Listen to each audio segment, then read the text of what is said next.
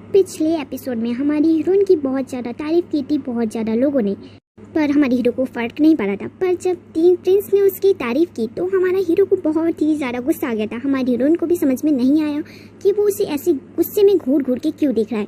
और तभी सार्क वहाँ आ जाता है, जहाँ पर सार्क कहता है हमारी हीरोइन से उसके बाल पकड़कर, हे सिस्टर मारी, क्या आज तुम्हारा कोई प्लान है?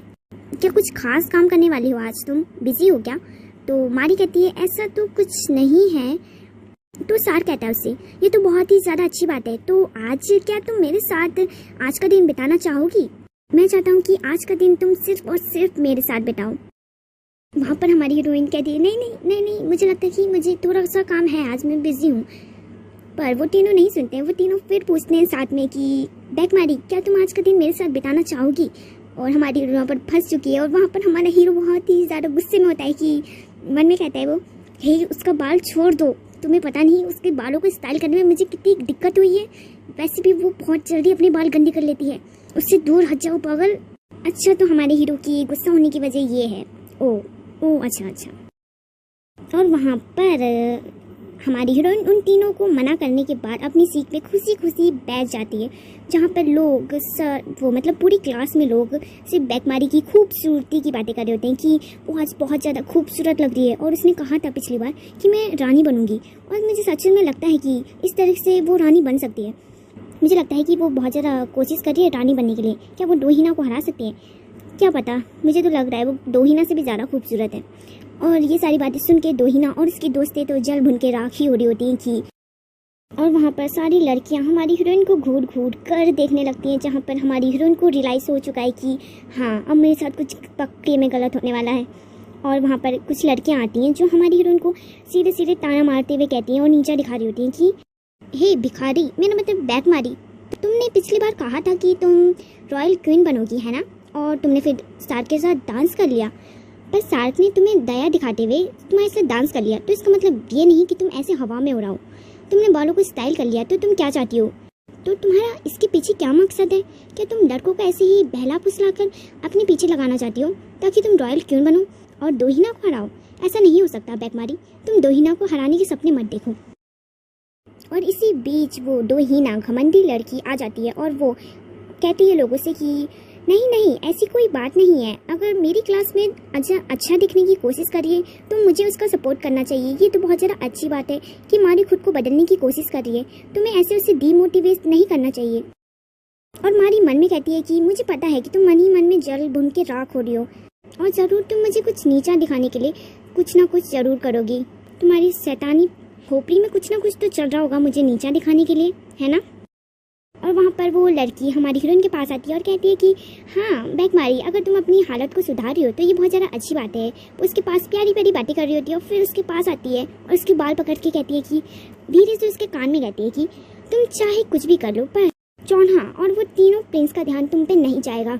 सिर्फ कुछ देर के लिए आ सकता है पर हमेशा के लिए कभी नहीं। वो सिर्फ मेरे हैं, तुम्हें उन पर नजर डालने की ज़रूरत नहीं है। और वैसे भी तुम जैसी घटिया लड़की तो कुछ समय के लिए ही होती है, पर मुझ जैसी लड़की सबके दिलों पे राज करती है, वो भी हमेशा हमेशा के लिए।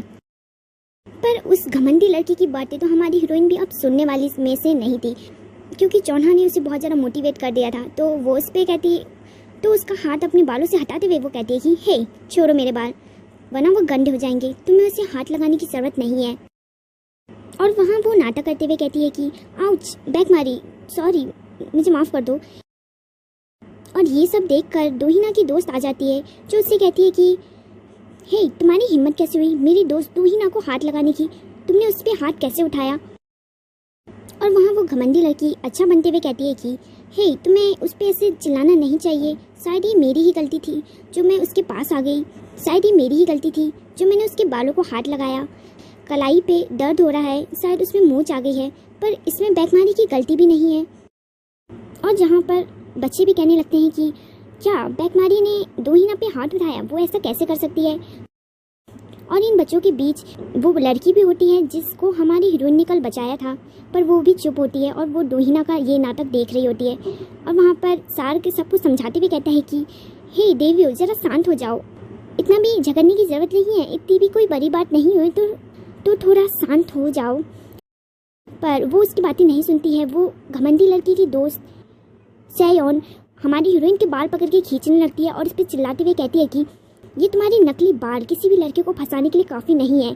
तुम दो ही ना अपने हाथ ऐसे उठा के रॉयल क्वीन नहीं बन सकती हो। तुम्हें खुद को तमीज़ सिखाने की ज़रूरत है बैकमारी, वरना मैं तुम्हें सिखाऊंगी। और ये तमाशा देख चौन्हा भी खड़ा हो जाता है और कहता है अब बस हो गया, और उन लड़कियों की तरफ आने लगता है जहाँ पर वो लड़कियाँ भी कंफ्यूज होती हैं कि चौन्हा यहाँ क्यों आ रहा है और वो अब क्या करने वाला है। और हमारा हीरो बैकमारी की डेस्क को जोर से लात मार के उसे बहुत ज़्यादा दूर फेंक देता है, जहाँ पर सारी लड़कियाँ और सब लोग बहुत ज़्यादा शौक होते हैं कि ये चौन्हा क्यों और किस लिए कर रहा है। जहाँ पे चौन्हा कहता है यहाँ बहुत ज़्यादा शोर हो रहा है और मेरे कानों में भी अब दर्द हो चुका है, इसलिए मैं इसे रोकने आया हूँ। क्या किसी को इससे कोई प्रॉब्लम है तो वो मुझसे आके अकेले में बात कर सकता है। पर चौन्हा के गुस्से को झेलने की शक्ति किसी के पास नहीं है, तो सब लोग वहाँ पर शांत हो जाते हैं क्योंकि कोई भी चौन्हा से पंगे नहीं लेना चाहता था। और चौन्हा बैकमारी के बगल वाली सीट में आराम से जाके बैठ जाता है और कहता है कि ये सीट अगर खाली है तो मैं यहाँ बैठूंगा अब से, और अगर किसी को दिक्कत है तो मुझसे आके वो बात कर ले। और सब लोग बहुत ज़्यादा शौक होते हैं चौन्हा की बात सुनकर, और वहाँ पर कोई कुछ जवाब नहीं देता, जिससे हमारी हीरोइन बहुत ज़्यादा शौक होती है और वो मन में कहती है कि चौन्हा ये सब तुम क्यों कर रहे हो, सब लोगों को बहुत ज़्यादा शक होगा। और वहाँ चौन्हा मन में कहता है कि ये सारे लोग बहुत ज़्यादा घटिया हैं, ये बस अपनी अमीरी का रौब झाड़ते रहते हैं लोगों पे और घमंड करते हैं, गरीबों को ये कुछ नहीं समझते। अगर बैकमारी कितना भी ज़्यादा खुद को तैयार कर ले या फिर कितनी भी अच्छी और जीनियस क्यों ना बन जाए परफेक्टली, या फिर कितना भी परफेक्ट काम कर ले, ये लोग कभी इसकी तारीफ़ नहीं करेंगे, हमेशा ये इसकी बुराई करेंगे। तो इनको समझाने का कोई भी फ़ायदा नहीं है, मुझे ही आगे बढ़ के इसकी मदद करनी पड़ेगी। जब आगे बढ़ के मुझे बैकमारी की रक्षा ही करनी है तो क्यों ना मैं अभी से ही कर लूँ और स्कूल में भी इसका साथ दूँ। और वहाँ बैकमारी बहुत ज़्यादा शौक होती है और धीरे से चौन्हा से पूछती है कि चौन्हा तुम ये सब क्यों कर रहे हो, मुझे पता है कि तुम मेरे बटलर हो पर स्कूल में नहीं, तुम्हें ऐसा करने की ज़रूरत नहीं थी। पर वहाँ पर चौन्हा उसे जवाब देता है कि बहुत हो गया, बहुत ज़्यादा हो गया, अब से मैं तुम्हारे साथ रहूँगा ताकि ये लोग तुम्हें परेशान ना करें, और मैं स्कूल में भी अब से तुम्हारा बटलर रहूँगा और तुम्हें प्रोटेक्ट करूँगा इन बुरे लोगों से। जहाँ पे हमारी हीरोइन तो उसके मन में लड्डू फूट जाते हैं, वो बहुत ही ज़्यादा शर्मा रही होती है, वो बहुत ज़्यादा ब्लश कर रही होती है, बहुत ही ज़्यादा खुश हो गई है वो चौन्हा की बातें ये सुन के। तो चौन्हा की बातें सुन के तो वो बहुत ही ज़्यादा खुश हो गई है एकदम। पर जब वो लोग बटलर वाली बातें कर रहे थे तब सार्क भी वहाँ पर खड़ा था और उन दोनों की सारी बातें वो सुन लेता है और वो कहता है कि बटलर, हाँ ये तो बहुत ज़्यादा मज़ेदार है शायद। और सार्क ये जानने के बाद आगे क्या करेगा या फिर हमारी हीरोइन के साथ आगे क्या होगा ये पता चलेगा नेक्स्ट एपिसोड में। वीडियो को लाइक और चैनल को सब्सक्राइब करना